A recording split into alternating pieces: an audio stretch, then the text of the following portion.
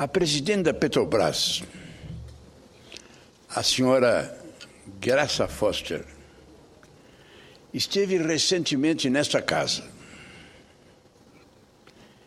prestando longas informações aos senhores senadores. Se eu tivesse que sintetizar, em poucas palavras, a longa exposição da presidente da Petrobras, eu diria que ela garantiu aos senadores que a nossa grande empresa petrolífera não está passando por uma crise.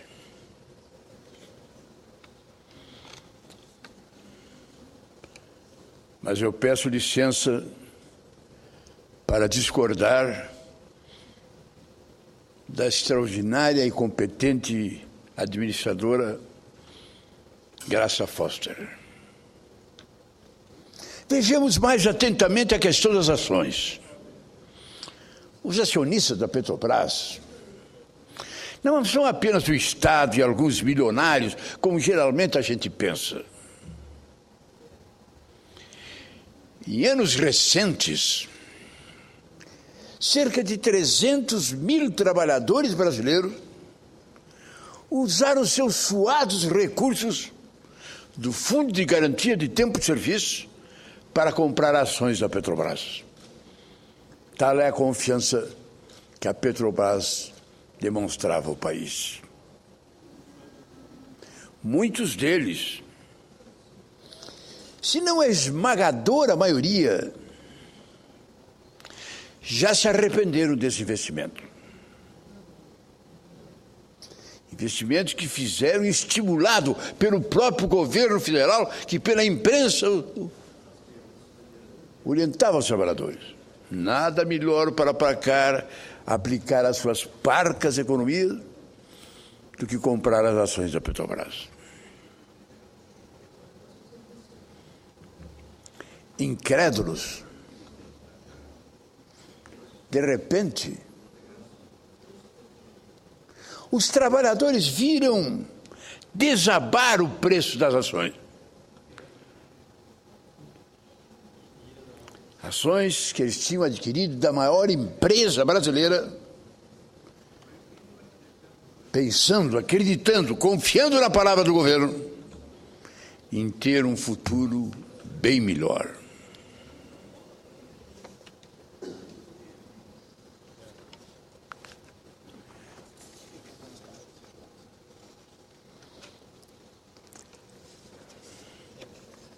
As elevações recentes dos preços da gasolina e de outros produtos foram pífios, insuficientes para os cofres da Petrobras. O governo resolveu não se indispor com os consumidores da gasolina e nem colocar lenha na inflação, que um aumento no preço da gasolina traria como consequência direta. Em outras palavras, a Petrobras está sendo usada como instrumento de política econômica. Distorção gera distorção. Ao subsidiar o preço da gasolina, ao subsidiar o preço também do diesel, o governo, indiretamente, incentiva a venda de automóveis novos. Recentemente, Graça Foster chegou a admitir a perda de eficiência média de 10% nas plataformas da Petrobras, chegando, em alguns casos, a perda de 50%. Uma das causas naturais é o declínio da produtividade de postos mais antigos, mas influíram também as transferências e a aposentadoria de equipes de manutenção, equipes de operação altamente treinadas. Assim, por tudo isso, A presidente Dilma Rousseff se encontra agora diante de um dilema severo e doloroso. Se a senhora Dilma desafogar o caixa da Petrobras, autorizando o repasse dos preços externos, a inflação que já está assustando a todos nós, subirá ainda mais rapidamente. Ou seja, 10 vezes mais. Repito, 10 vezes mais. Felizmente, a senhora Graça Foster disse no Senado que está revendo o processo que levou o preço da refinaria pernambucana a multiplicar-se tantas vezes. Passo agora ao segundo ponto, ao segundo problema que vem me chamando a atenção. A Petrobras, segundo a sua presidente, está pretendendo vender uma refinaria que possui em Pasadena, nos Estados Unidos, comprada em 2005. A presidente da Petrobras afirmou publicamente que não repetiria a operação fechada pelo antecessor José Sérgio Gabrielli na compra dessa refinaria de petróleo dos Estados Unidos. Repito, a senhora presidente disse que, se dependesse dela, ela jamais repetiria a compra daquela operação, como, com grande destaque, com manchetes em todos os jornais: Brasil compra usina de petróleo nos Estados Unidos, como um gesto de grandeza e como uma decisão importante no avanço da Petrobras. Senhor presidente, dizem os especialistas do setor que os gastos da Petrobras estão descontrolados. A empresa estaria enfrentando uma grave crise de caixa que a levou a atrasar pagamento de suas contas, que há tempo não acontecia. Há indícios que a nossa estatal de petróleo esteja penalizando os seus fornecedores internacionais.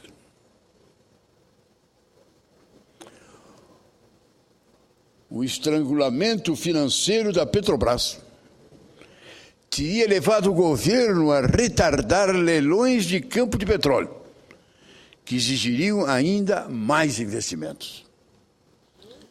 Sem novos campos, é claro que a produção não cresce, o que acentua a dependência das importações. Por tudo isso, e muito mais, é muito pouco provável que a Petrobras atinja sua própria meta de mais do que dobrar a produção e chegar a 5,7 milhões de barris até o ano 2020.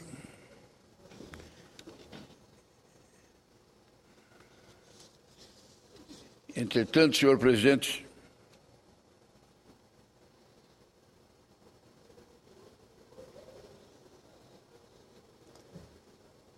eu afirmo a minha confiança na presidente Graça Foster, sob a chefia de Dilma Rousseff. É preciso ter em mente que a presidente da República ocupou por 3 anos o Ministério de Minas e Energia e foi durante 7 anos presidente do Conselho de Administração da Petrobras. Ela conhece muito bem. Se há setor que se pode dizer que a presidência age por conta própria, sem precisar de conselho, de orientação, de quem quer que seja, é a Petrobras.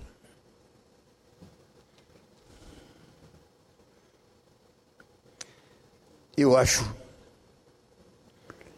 que a Petrobras tem condições de reverter com rapidez muitos dos indicadores negativos registrados. Dilma Rousseff e Graça Foster são gestoras competentes e vão colocar a Petrobras no patrimônio que merece, no patamar que merece.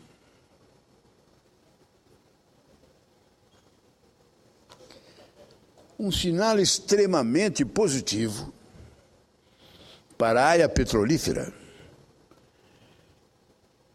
veio recentemente quando a Agência Nacional do Petróleo realizou um leilão para a exploração de petróleo e gás, licitados 142 blocos, o ágio obtido de 792%.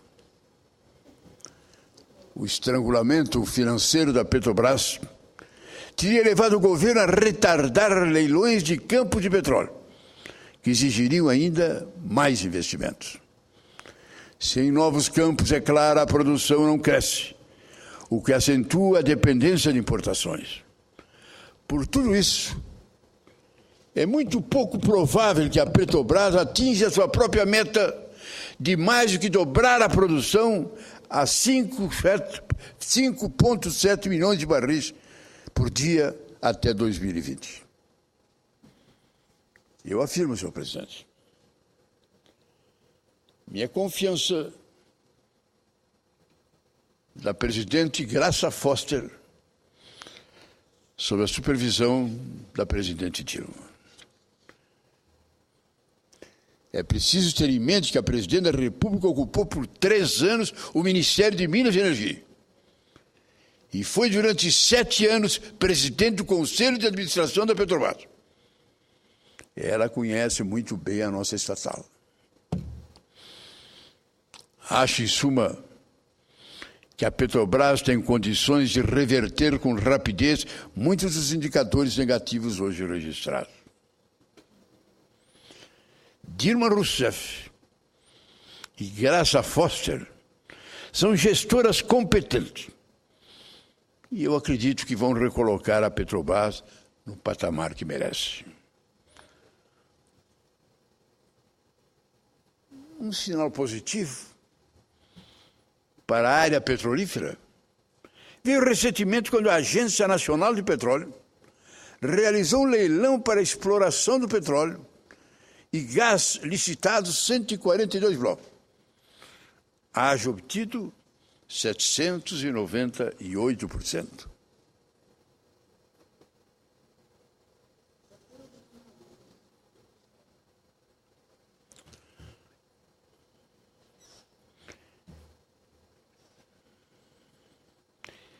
Eu creio, senhor presidente, que nós vivemos um momento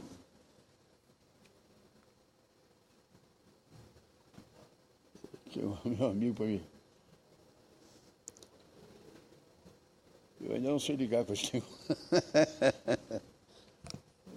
Meu colega de bancada, né?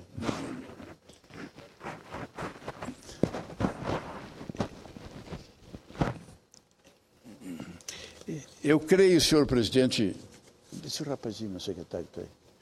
Eu creio, senhor presidente,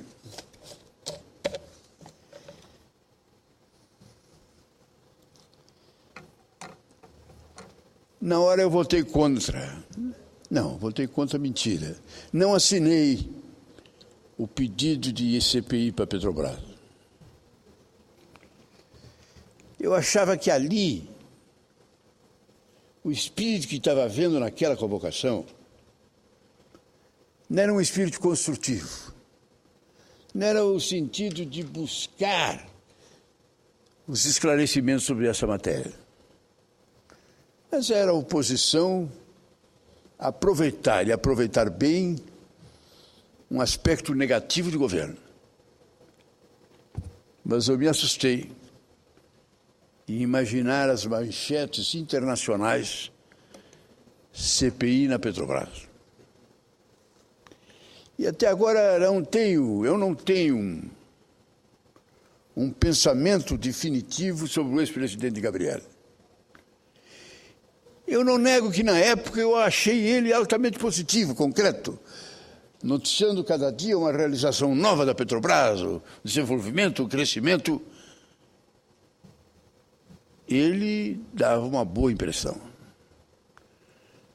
Mas depois de sua saída, a usina de Recife, uma união entre Brasil e Venezuela, metade de cada um,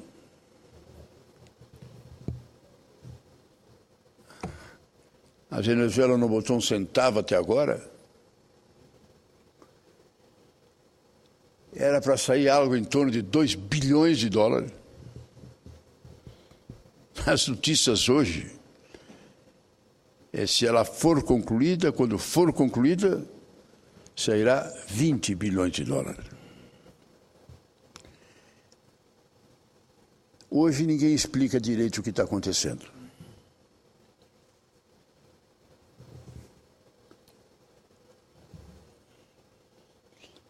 Por outro lado,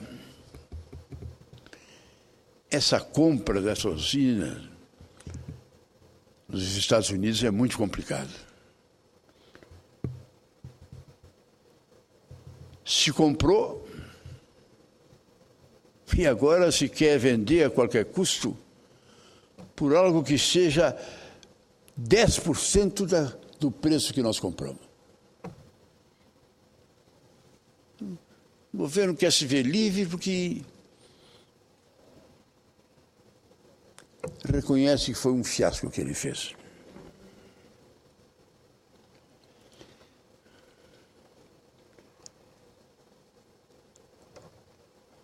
E esse é um assunto, eu repito, que a presidente da República tem obrigação de estar por dentro. Desde lá atrás, quando ela, secretária de Minas e Energia do governo Colares, no Rio Grande do Sul,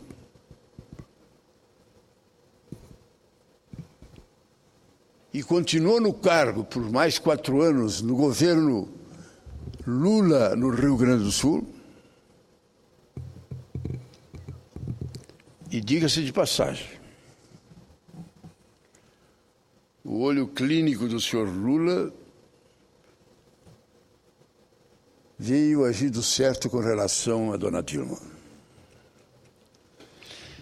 O Lula convocou uma equipe de governo para preparar sua posse.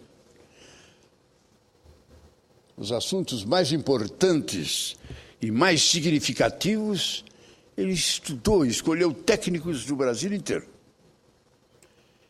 E na Petrobras, ou melhor dizendo, em Minas e Energia, entre as várias pessoas convocadas para dirigir, para coordenar, estava Dilma Rousseff, secretária de Minas e Energia do governo do PT, senhor Olívio Dutra, no Rio Grande do Sul. E conta o meu amigo Cristóvão, que ela chegou aqui sem credibilidade, que ela era do PDT. Quando o PDT e o PT romperam no Rio Grande do Sul, um grupo saiu do PDT e foi para o PT. A Dilma fazia parte desse grupo. O seu ex-marido também fazia parte desse grupo que saíram do PDT.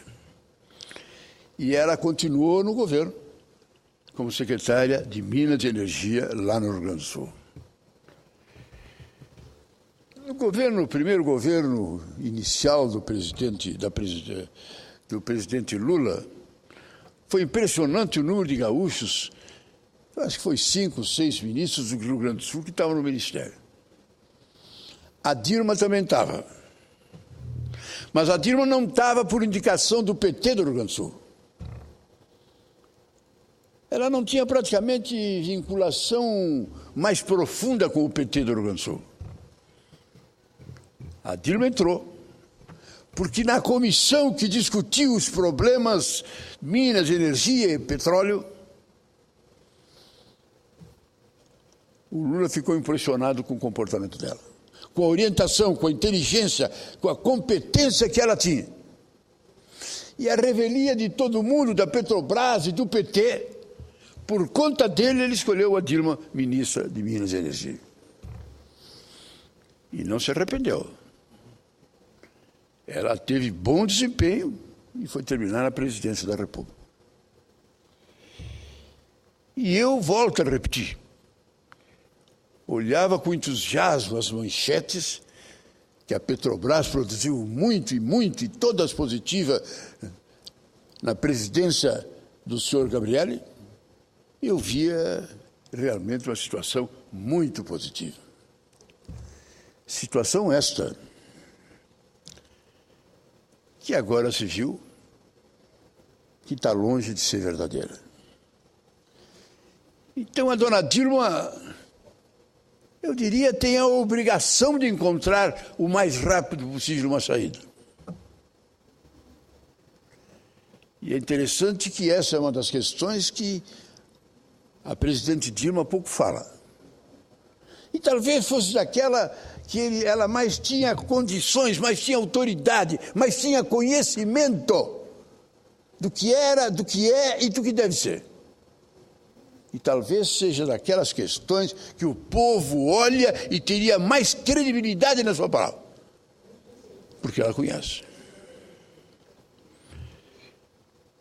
Eu repito,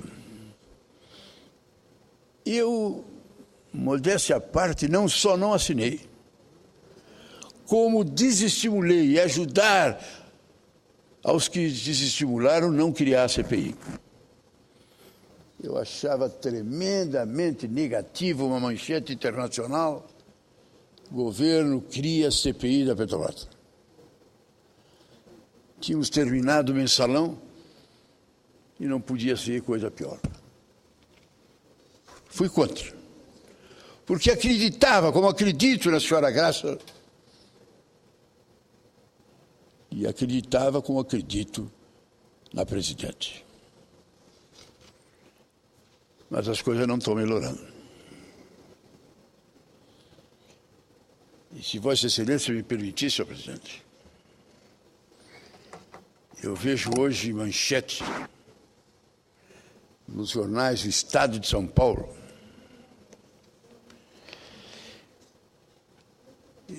e a Folha de São Paulo,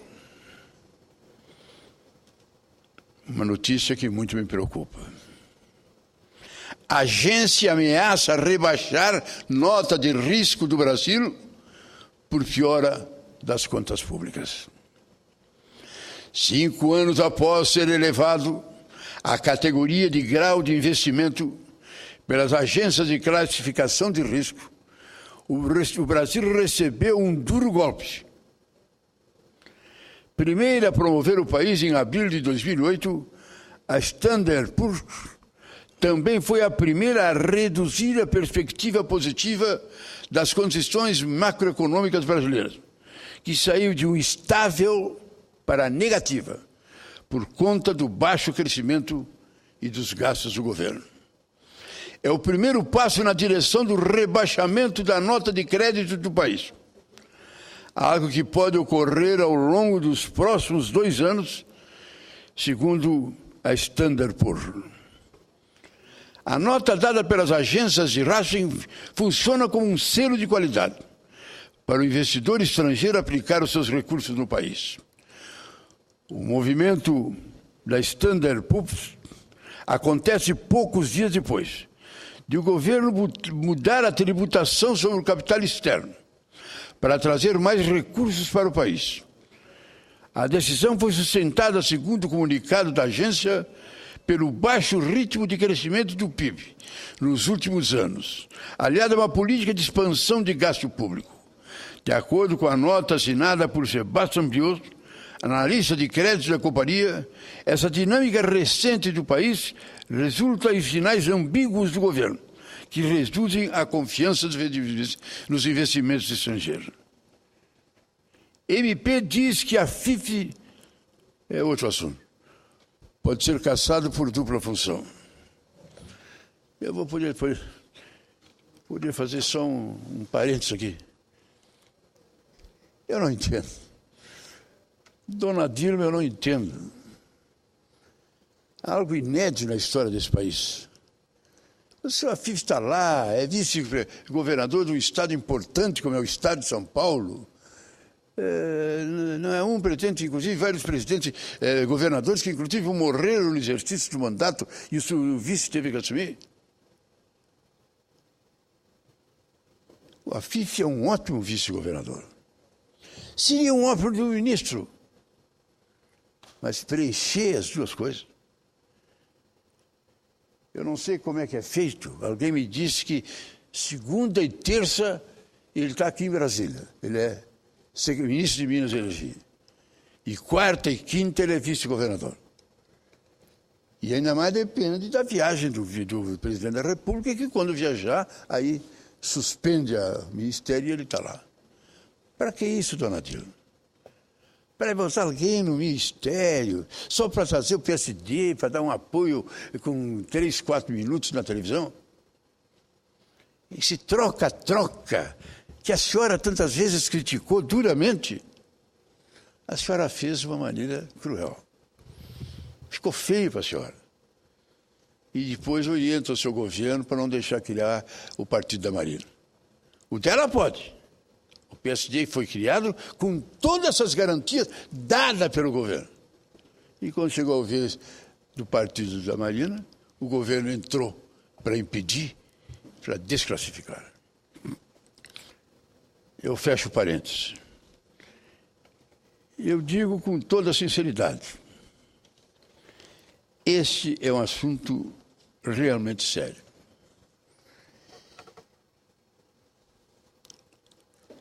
A senhora presidente da República,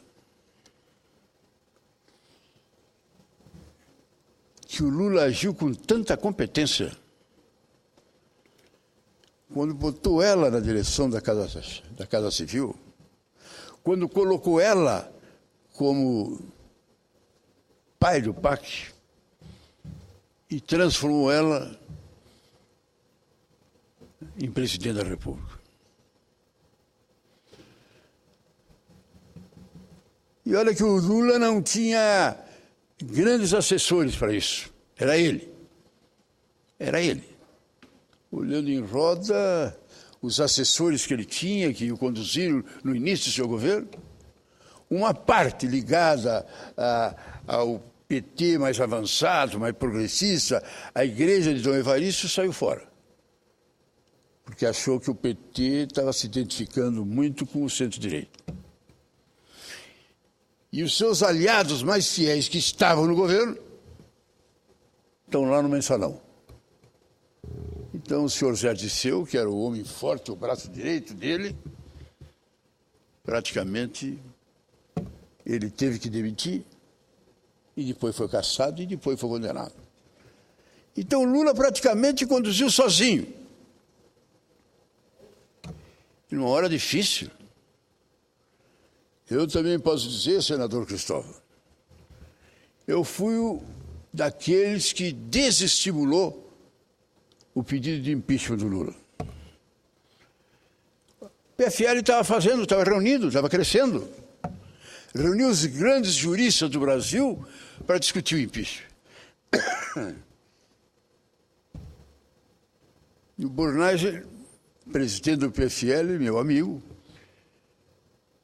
me convidou para participar de uma reunião. Quando cheguei na reunião,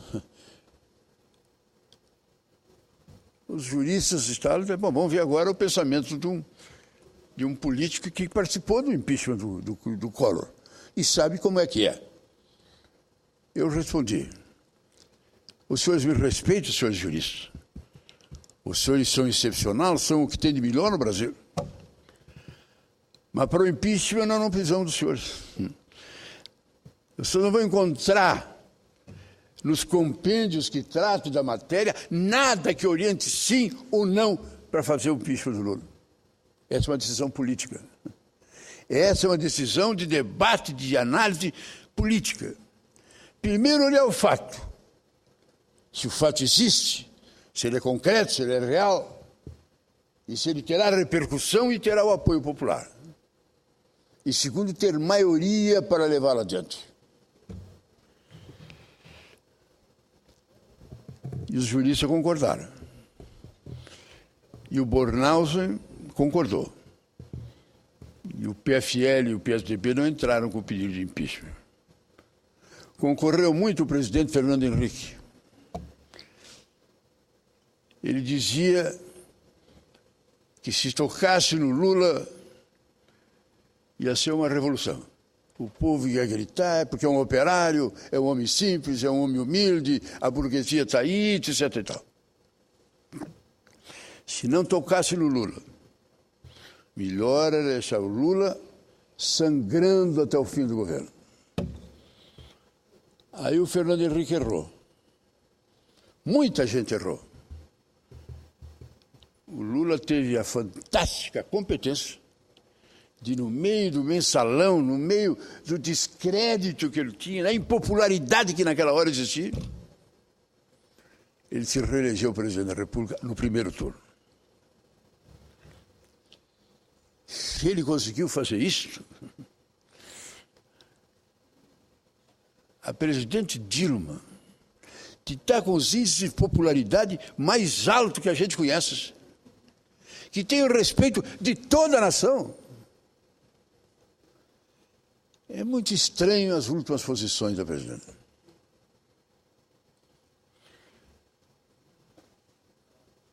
Ela considera a Copa do Mundo e as Olimpíadas a coisa mais espetacular do Brasil. Ela acha que ela vai passar para a história inaugurando 12 ginásios de esporte. Eu tenho vergonha. Não existiu, nós vamos para o livro dos recordes. Lá vai estar. Nunca na história do mundo, nem na Grécia, nem em lugar nenhum, se gastou, se deu tanta importância, se fez tantas obras destinadas ao esporte, como no Brasil da presidente Dilma. Aí é uma maravilha. Lugares que nem o Rio Grande do Sul chega a ter 2. Um era pouco, fizeram 2, um mais espetacular do que o outro. É verdade que a empreiteira que fez o estádio do Grêmio, ao lado do estádio, construiu, comprou terreno de roda e o índice, que era de 4 andares, passou a 32 andares. Ela vai construir 4 torres de 32 andares, como parte das negociações.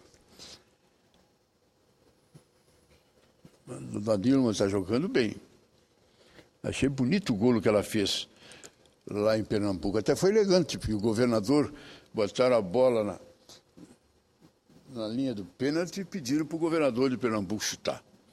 E ele, com a maior elegância, passou a bola para a presidente e ela fez o golo. E foi bonito de ver a alegria dela. Parece até que ela acreditou que tinha feito um golo que valia. Mas é impressionante. Vossa Excelência fez um discurso, Vossa Excelência está falando, eu estava vindo para cá. Sobre a estrada lá na sua região. 8 estádios. O de Brasília é uma maravilha. Pelo que a gente vê hoje no Brasil, só a parada gay vai lotar aquele estádio. Bota 3 milhões em São Paulo, não sei o que aonde, Veio ontem aqui, por exemplo, um movimento cristão chamando o Brasil inteiro, tinha 45, 50 mil pessoas. A parada gay é coisa de 2 milhões, 3 milhões. Eu acho que se quiserem fazer sucesso mesmo, é botar a parada gay. Porque Gama e Brasiliense vai ser difícil. Só quando eles chegarem no bloco C, tem o A dos primeiros, depois tem o B, o C, eles ainda não chegaram lá. Quando chegarem lá, pode ser que tenha gente. Diz que o senhor Luiz Estevão vai ter verba que está congelada, devolvida, e vai aplicar de novo no futebol, que nem ele fez no passado. Essa é a grande obra da dona Dilma. Nunca na história do mundo 12 ginásios de esporte ao mesmo tempo. Alguns lugares 2, que nem o Rio Grande do Sul. São Paulo tinha um estádio espetacular, o maior do Brasil, o Morumbi. Era questão de fazer arranjos.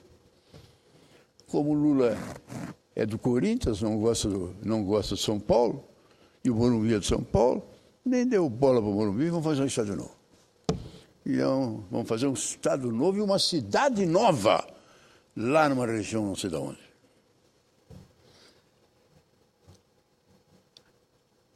Eu perguntei ao meu amigo Cristóvão, num debate, mas por que em vez de dedicar esse dinheiro a esse estilo, não se dedicasse ou à educação, fazendo 12 super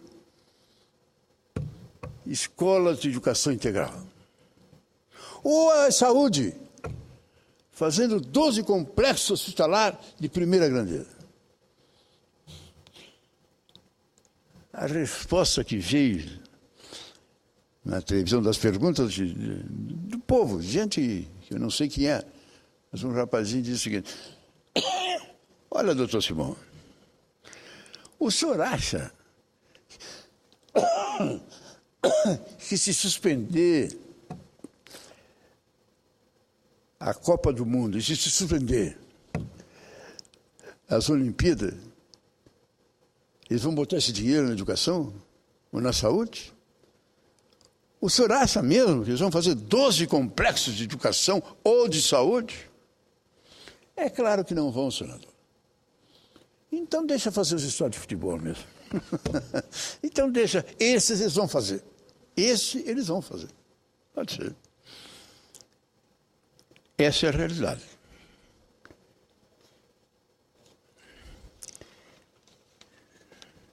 Eu não sei.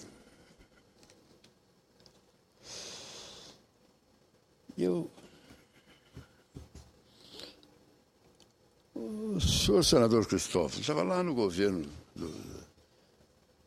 de Brasília, mas eu aqui, eu era fã do PT. Eu tinha uma inveja.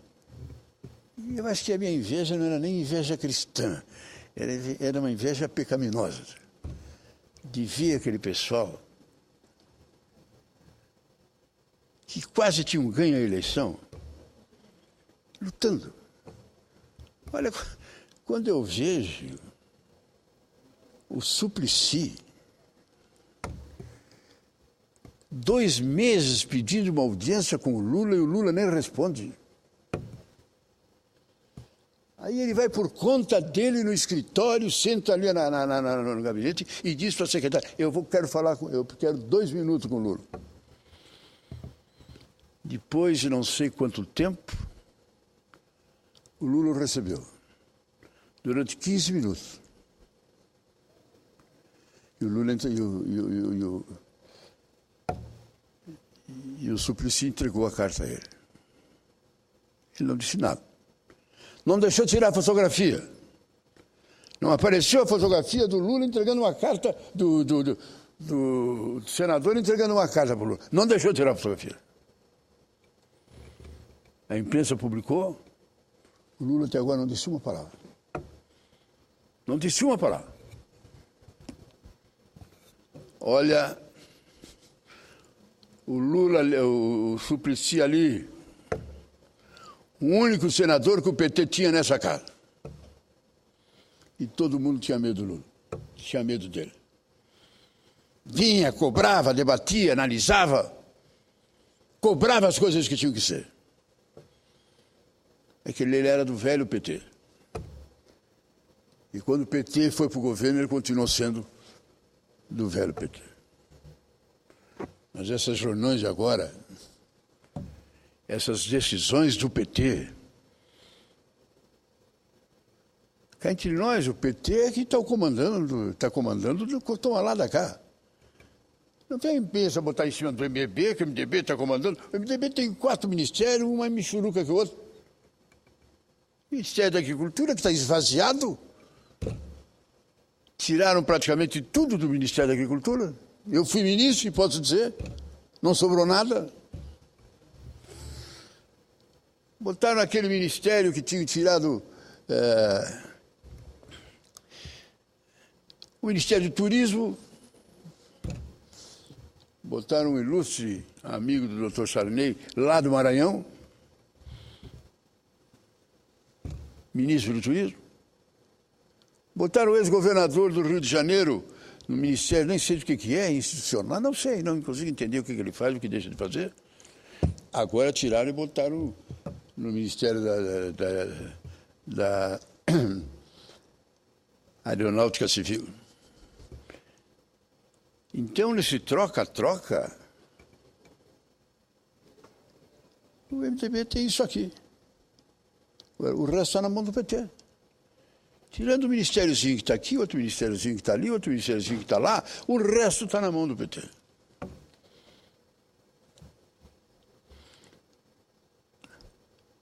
E a dona Dilma? Eu estou gostando muito do prefeito de São Paulo. Esse Haddad é um rapazinho que é muito competente. Botou uns quantos secretários do governo, sem partido, sem ideologia. Para lá, para cá, não assunto não sei o quê. Não, esse eu não boto, esse não tem, não quero. Escolheu um técnico especializado da matéria e colocou. E na hora de discutir os assuntos, foi discutir lá com o governador, e debateu e analisou, e fez o entendimento onde o governador teve que topar e fizeram junto. Mas esse PT parece que está desaparecendo. Parece que está desaparecendo. O presidente do Supremo Tribunal Federal ia a Porto Alegre agora fazer uma visita ao Presídio Central, diante das notícias que vêm a nível internacional, de decisões que vão ser tomadas a nível de instituições internacionais com relação ao presídio de Porto Alegre. Ele ia, marcou que ia, diz a imprensa, eu até não acredito nesse negócio da imprensa, mas ainda não vi me desmentido, que o governador Tarso conversou dizendo que ele não ia poder estar lá para recebê-lo. Então o presidente Supremo disse que deixaria para outra oportunidade. E diz a imprensa que o Tarso fez para não receber, porque seria uma hora muito delicada e realmente seria uma manchete mundial. O presídio, que é considerado o que está em piores condições no Brasil, com a presença do presidente Supremo, seria uma manchete internacional. Esse é o PT. Essas são as realidades de hoje, na verdade.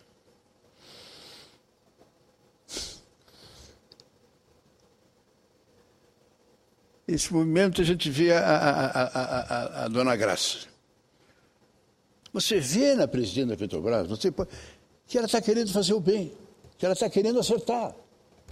Vamos nos lembrar aqui, desde o tempo da dona Dilma, na presidência, no Ministério de Minas e Energia, que havia briga entre a ministra Dilma e outros setores, inclusive do MDB, que queriam lotear os cargos da Petrobras. A dona Dilma não queria. A dona Dilma queria colocar técnicos, mas teve que aceitar o loteamento.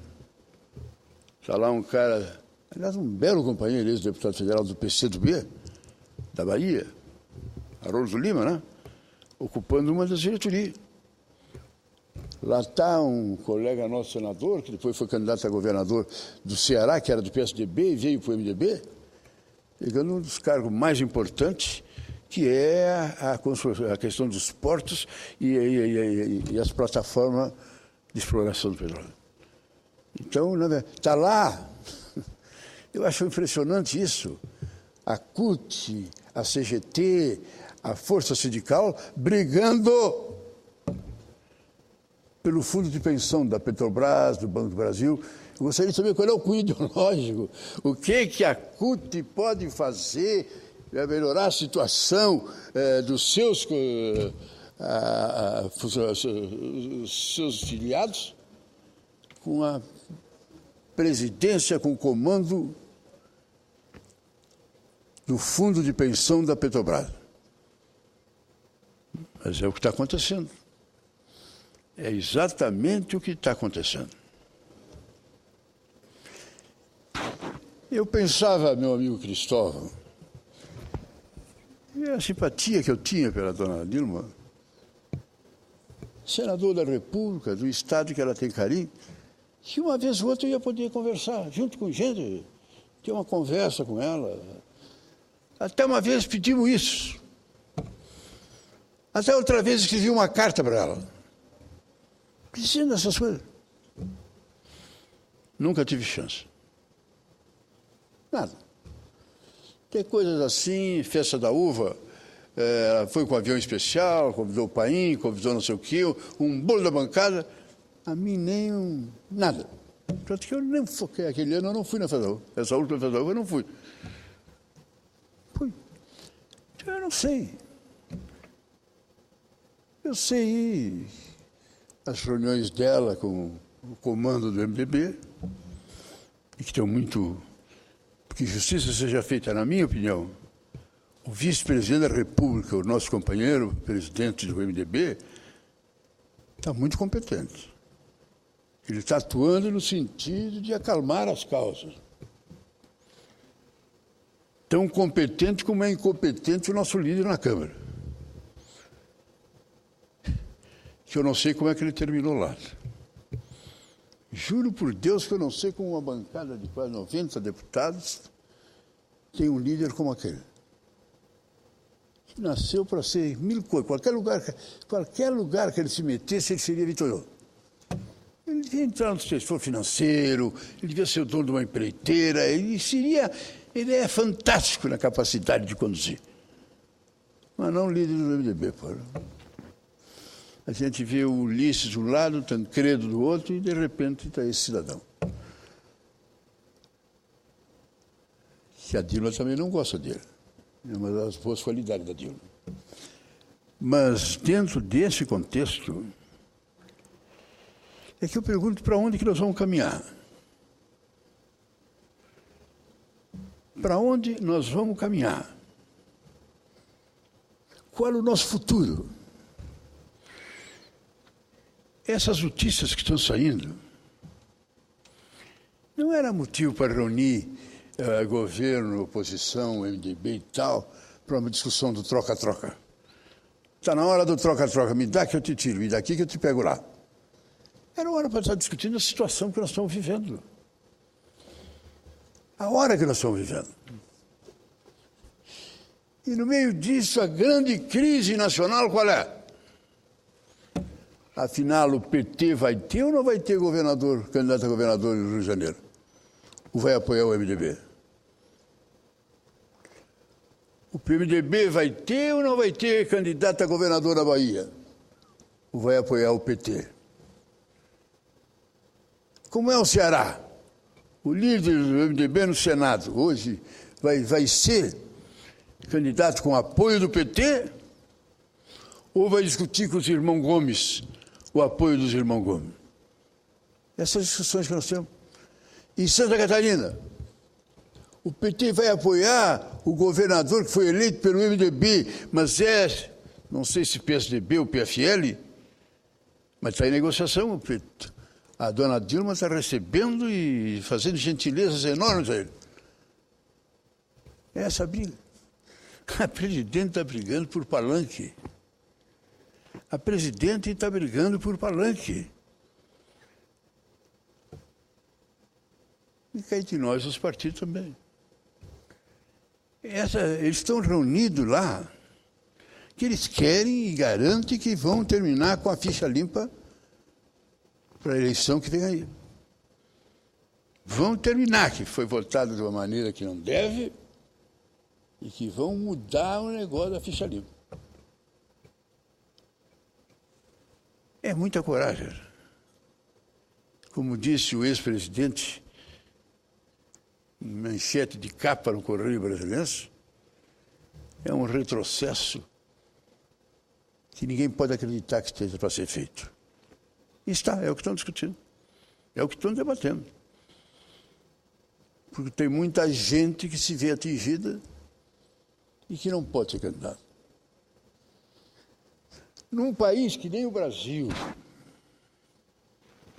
que não há quem não reconheça que o grande problema do Brasil se chama impunidade. Mas eu duvido, traga quem quiser. Qual é o problema do Brasil? A educação. A educação por causa da impunidade. Os caras não fazem o que deviam fazer e não acontece nada. Nessa hora, eles têm a coragem de querer mexer na lei da ficha limpa para liberar. Liberar e permitir, inclusive, que muitos que estão sob júdice ainda possam decidir a favor deles e para a próxima eleição, negócio de decisão só no segundo turno, ser definitiva não valer.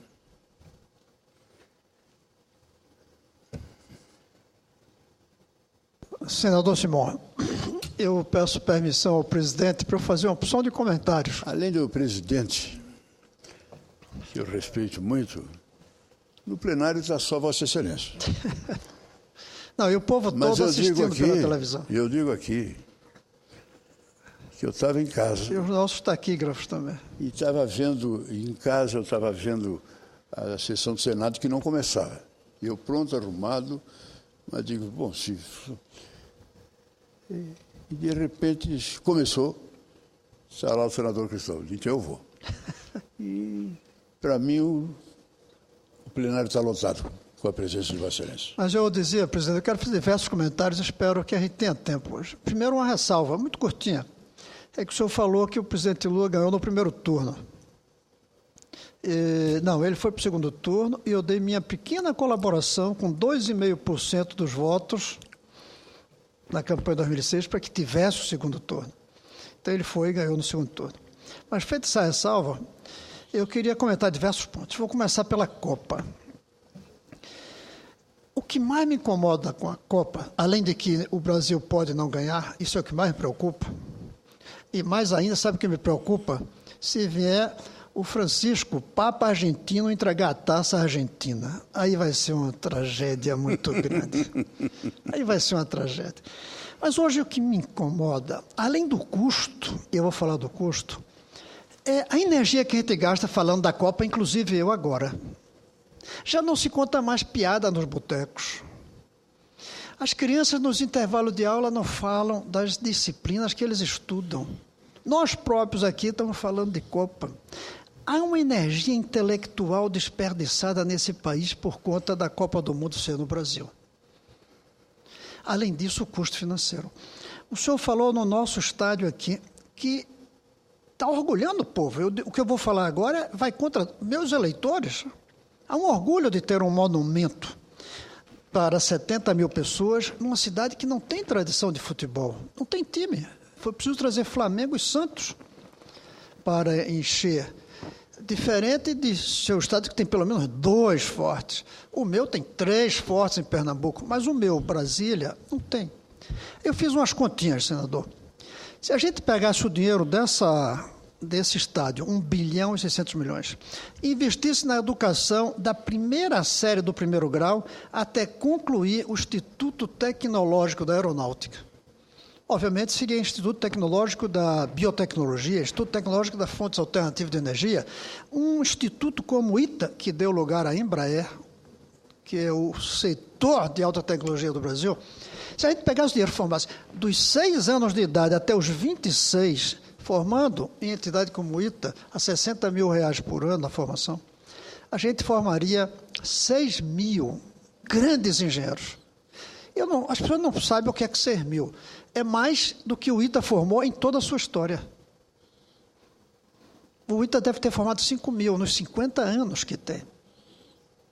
Ou seja, quando a gente compara as finalidades, a gente vê que é um equívoco gastar esse dinheiro todo. Até porque dava para fazer com menos custo. O governador de Pernambuco fez um estádio, e lá tem 3 times fortes. Fez um estádio com 500 mil, com dinheiro privado. Não há dinheiro público no estádio. Aqui é todo do Distrito Federal. Inclusive, não aceitaram o dinheiro do governo federal, dizem que para não entrar no Tribunal de Contas da União. Agora, isso espalhado para todo o Brasil é um gasto muito alto, uma energia desperdiçada e um custo muito alto. Segundo a FIF, eu quero dizer que no primeiro momento, quando falaram em a FIF ser ministro e vice-prefeito, eu fiquei chocado. Mas eu descobri, senador, que tem lógica, tem 2 lógicas que explicam isso. Primeiro, como eu sempre insisto, esse país é tão carente de mão de obra qualificada que tem que recorrer a um vice-prefeito para ser ministro. Tão pobre que é a nossa quantidade de pessoas preparadas para ser ministro. Estou ironizando, porque às vezes não se entende ironia pela televisão, só olhando no olho. Mas a segunda é que eu não vejo nenhum problema em ser ministro da pequena e média indústria e ser vice-governador de São Paulo, porque os 2 fazem muito pouco. Se ele ficar os 7 dias em São Paulo, não vem aqui nem um dia, ninguém vai sentir falta. E se ele ficar os 7 dias aqui e não for lá, é capaz de ninguém sentir falta dele como vice-governador. Então está explicado por que a presidenta pôde ter que escolher um vice-prefeito para ser seu ministro. Vice-governador para ser seu ministro. Tanto faz, lá e cá. É um ministério que existe apenas para compor. Posso até daqui a 6 meses dizer que eu me enganei, que virou um grande ministério, e eu ficaria contente de reconhecer que estou errado. Mas nada indica. Por causa da experiência dos outros ministérios criados dessa forma ao longo do governo Lula e Dilma. Dos 39, nós somos senadores. Quantos prefeitos, quantos ministros, senador Simone? Por favor, eu estou fazendo a pergunta só com uma questão retórica, não tente responder. O senhor, senador Assir, ou eu próprio. Dos 39, nós somos capazes de citar os nomes de quantos ministros? Eu tenho minhas dúvidas se eu passo de 5, 6, 7. Ou seja, são ministérios, como diria o ministro Joaquim Barbosa, de mentirinha, como ele diz dos nossos partidos. E não é mentira que ele diz, é verdade. São uns partidos de mentirinha. Acho até que o presidente do Supremo não devia dizer isso de público, mas ele não mentiu. São ministérios de mentirinha. Dava para juntar tudo isso em 10 e funcionar bem. Isso para falar do ministro Afif. Aproveito o gancho do ministro Afif para dizer que eu comparto totalmente com sua visão sobre o prefeito Haddad. E logo que ele foi eleito, eu disse isso. Está surgindo, possivelmente, um novo PT, através do Fernando Haddad. Pela sua competência, pela sua seriedade, pelo seu compromisso público, pela visão de longo prazo. Eu concordo. E pela falta de preconceitos com siglas. Ele é um homem maior do que isso. Então, eu comparto com sua visão de que isso o Fernando Haddad pode vir a ser... Isso tem que tirar chapéu para o Lula, a competência dele. É isso aqui. É verdade, ninguém acreditava. Então, eu comparto esse seu otimismo. E os primeiros gestos dele, de fato, confirmam essa esperança que nós temos. Depois, sobre o Suplicy. Veja como São Paulo está dominando aqui a nossa conversa. Eu só queria dizer que, além dele, no PT a gente tinha Heloísa Helena, que é uma figura que a gente não devia esquecer nunca nessa casa. Heloísa Helena, a senadora Heloísa Helena. Essa é uma figura que a gente devia ter um retrato dela por aqui no Senado, para a gente se lembrar o que é senadora no caso, combativa, presente. Às vezes até irritava a gente de tão combativa que ela era. Suplicy e ela são os dois grandes exemplos que nós tivemos aqui e que, lamentavelmente, não conseguem fazer passar para o PT as suas posições e uma teve que sair até do partido. Segundo, mais um ponto, é sobre os gastos públicos a partir da Petrobras. Eu tenho a sua mesma preocupação sobre a Petrobras, até porque ela hoje tem coisas inexplicadas. E quando há coisas inexplicadas, como essa compra e venda de uma refinaria nos Estados Unidos, quando surgem coisas inexplicadas, as coisas não vão bem. E isso daí é preocupante. É claro que também tem algo que ela não é culpada. Essa ambição brasileira por automóvel fez com que a Petrobras não estivesse preparada para a quantidade de tanques de gasolina para consumir automóvel. Foi absolutamente inesperado essa explosão. Ela não estava preparada para isso, a Petrobras. Além disso, seus gastos são altos realmente. Mas só que não é só ela. Eu falei há pouco, mais cedo aqui, senador, sobre o mesmo indicador da Standard & Poor's, da agência que dá indicador de risco. Eu falei aqui. E fui talvez até enfático demais, porque a gente aqui é muito cuidadoso hoje. Eu pedi a substituição da equipe da economia no governo federal, porque essa equipe não passa mais credibilidade. Eu disse isso ontem, antes de ler os jornais de hoje, e eu não sabia de que ia sair esse novo indicador de risco. Quando eu li hoje de manhã, voltei a falar do assunto. Nós estamos vivendo uma crise de credibilidade muito séria. Muito séria. E credibilidade é um dos principais fatores da produção e da economia hoje. Tão importante, embora subjetivo, quanto a matéria-prima, quanto capital, quanto mão de obra, quanto tecnologia e quanto logística. O sexto é credibilidade.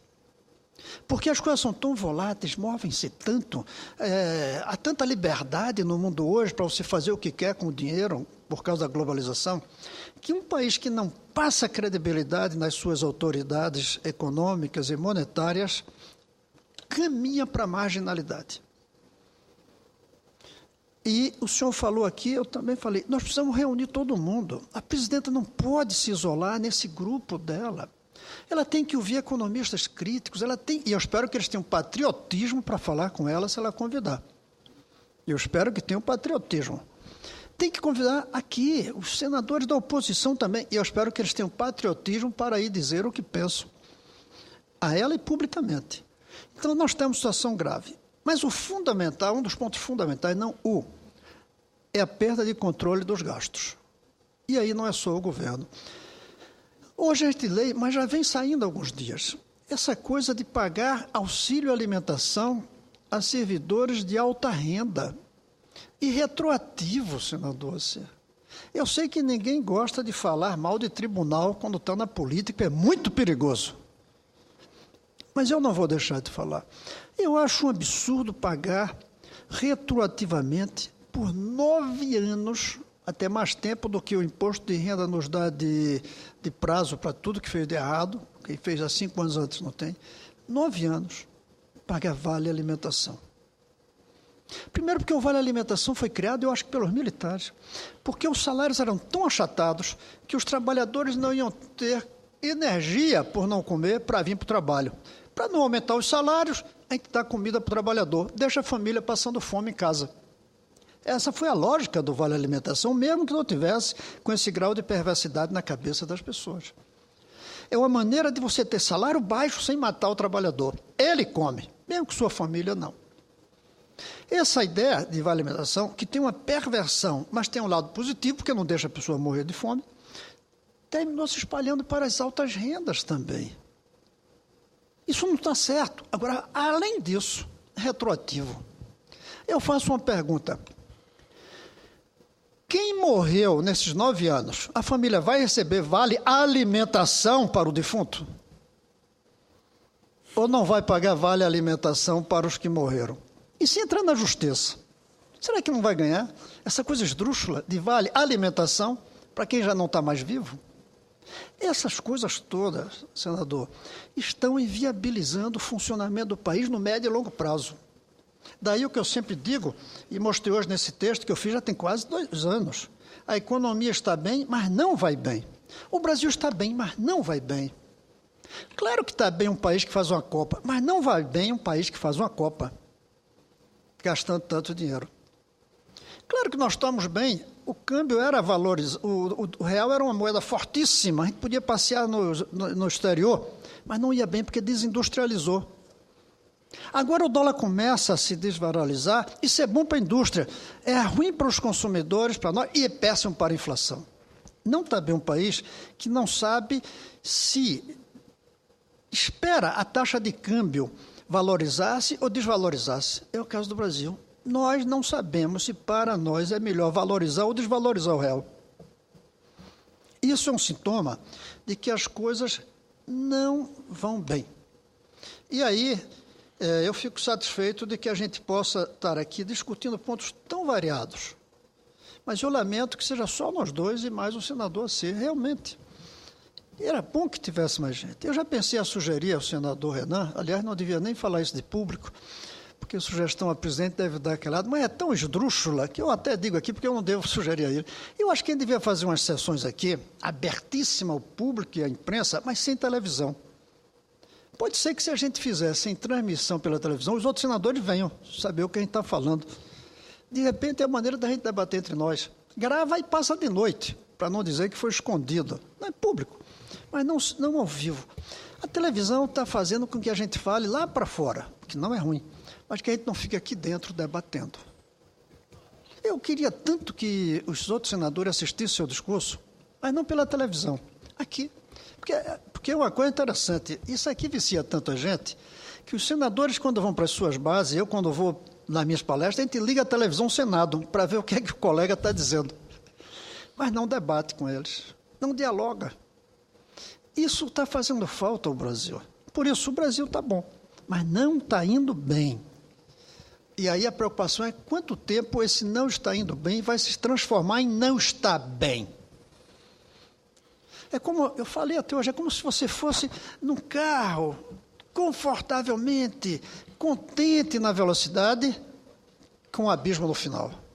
Está indo bem, o carro não está quebrado. Mas está bem, mas não está indo bem, porque lá na frente tem uma parede ou um abismo. Nós não sabemos qual é a distância que tem de nós. Qual a ponte que falta? Qual a ponte que falta? Como o senador Ciro hoje falou, em Rondônia tem estradas sem ponte e ponte sem estrada. O que é prova da falta de um dos fatores, como é que é a logística. E aí me preocupa, passou desapercebido, mas eu vi no Fantástico de domingo a ministra Miriam Belchior dando uma entrevista sobre obras desse tipo, que não avançam, e ela disse, essas obras são tão necessárias que a gente não faz mais o projeto executivo necessário para fazer a obra. É de uma gravidade tão grande essa afirmação que eu me pergunto por que a oposição não tomou nenhuma iniciativa de tentar debater com a ministra. Como é possível a ministra reconhecer na televisão que não faz o projeto que serve de base para uma obra? Aí acontece coisa desse tipo, estrada sem ponte e ponte sem estrada, por falta do tal do projeto executivo. Mas, senador, eu quero dizer que a gente concorda hoje, e era bom que fosse uma discordância também, para que a gente pudesse debater. Mas a única que eu fico não é discordância, porque é uma constatação. De fato, estou repetindo como eu comecei, o presidente Lula teve que ir para o segundo turno, na eleição de 2006, e eu dei uma contribuiçãozinha para isso, mesmo que apenas com 2,5% dos votos, porque ele foi para o segundo turno, se eu não me engano, com a diferença de menos de 1%. Ele esteve muito perto. E eu acho que foi positivo ter o segundo turno. Foi importante que ele fosse para a televisão debater com o governador Alckmin qual era a diferença entre os dois. Embora eu hoje acho que não tem nenhuma diferença entre PSDB e PT do ponto de vista de projeto para o Brasil. Tem grande diferença de personalidade, Lula e Alckmin, ou Lula e Fernando Henrique, ou Dilma e Alckmin, Dilma e Fernando Henrique ou Serra, personalidade grande. Tem diferença de ênfase, de projetos, de maneira de administrar, mas do ponto de vista de projeto do Brasil, com aqueles 4 pilares, democracia, estabilidade monetária, transferência de renda para pobres e crescimento econômico, os 4 em crise, os 4 estão em crise, não tem diferença. E nenhum deles parece perceber a crise que tem nesses 4 pilares, que sustentam o nosso projeto. Eu não digo nossa democracia, porque a democracia é um pilar, que sustenta o nosso projeto de longo prazo. Não tem diferença. Mas foi bom que tivesse o segundo turno, para poder eles debaterem, até para a gente ver que não tinha diferença e terminava votando, como eu gosto sempre de dizer, não no mais próximo a gente, mas no menos distante. Porque o segundo turno, o primeiro turno é para a gente votar do mais próximo, o segundo turno é para votar no menos distante, aquele que a gente menos discorda. No primeiro turno, quem a gente mais concorda, no segundo, quem a gente menos discorda. É isso, senador Simões, eu fico muito agradecido da possibilidade de termos essa, não vou nem chamar de debate, esse diálogo entre nós dois aqui nessa manhã. Eu agradeço a bela exposição de Vossa Excelência.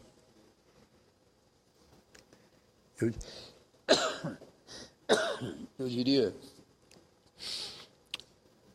que o meu discurso agora ficou completo. Eu fiz a exposição dos fatos e Sua Excelência fez uma proposta de um passo adiante. Proposta essa, eu tenho no meu gabinete a cópia do seu primeiro pronunciamento quando chegou aqui.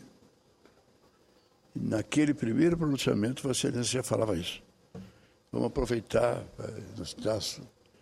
para além do dia a dia, das coisas obrigatórias, olhar para o Brasil. Impressionante como a gente não consegue. É impressionante como Vossa Excelência tem centenas de ideias brilhantíssimas. O Jarbas Vasconcelos não se acerta com o governo, mas ele fez um enorme governo de 8 anos, e na época que ele estava identificado irmão do PT, ele teve uma atuação a mais brilhante que se possa imaginar. Nós temos aqui, olhando para onde olhar, pessoas que têm um cabedal, o Luiz Henrique, governador de Santa Catarina, trouxe o balé lá da Rússia, só tem uma filial no mundo, é em Joinville, parece até piada, mas é uma escola de primeira grandeza. Não tem, pega o Rio de Janeiro, o secretário de Segurança do Rio de Janeiro, não é por ser gaúcho, mas está dando uma aula espetacular de como é possível. Como é possível, em vez de fazer o debate entre polícia e bandido, o que na verdade os dois eram bandido, transformar a polícia em representante do povo e tentar fazer uma convivência, uma corrida de paz, onde o secretário é o primeiro que está correndo. É que nem a imprensa de um lado e nem a gente do outro lado dá importância para isso. Não dá importância. Aconteceu um fato grave, os caras já queriam que eu pedisse a convocação para vir falar, depor, explicar aqui. Convocação não, um convite sobre o ministro presidente do Supremo, sobre o que aconteceu na penitenciária de Porto Alegre. Eu não vou fazer isso. Estou lá preocupado? Estou preocupado em ver se ele vai fazer a visita, etc. e tal. Mas esse profundo desgaste não é isso que interessa. Eu encerro, presidente. Teria muito. Eu faria um outro pronunciamento copiando Vossa Excelência e aduzindo. Mas eu só quero encerrando, dizendo que ontem foi uma noite muito especial, com a inauguração do suplemento de Veja destinado ao Rio de Janeiro, a Brasília. Ontem eu diria que o Brasília deu um passo adiante como capital da República.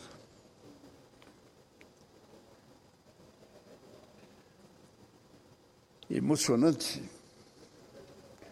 porque o pronunciamento que a gente assistiu pela televisão do senhor Roberto Civitas, parece que ele estava vivo falando ali. E ele gravou, e de certa forma parece que ele sabia que não estaria vivo na hora que aquilo ia publicado. Mas nós vamos ter um grande referencial. Brasília está dando um passo adiante.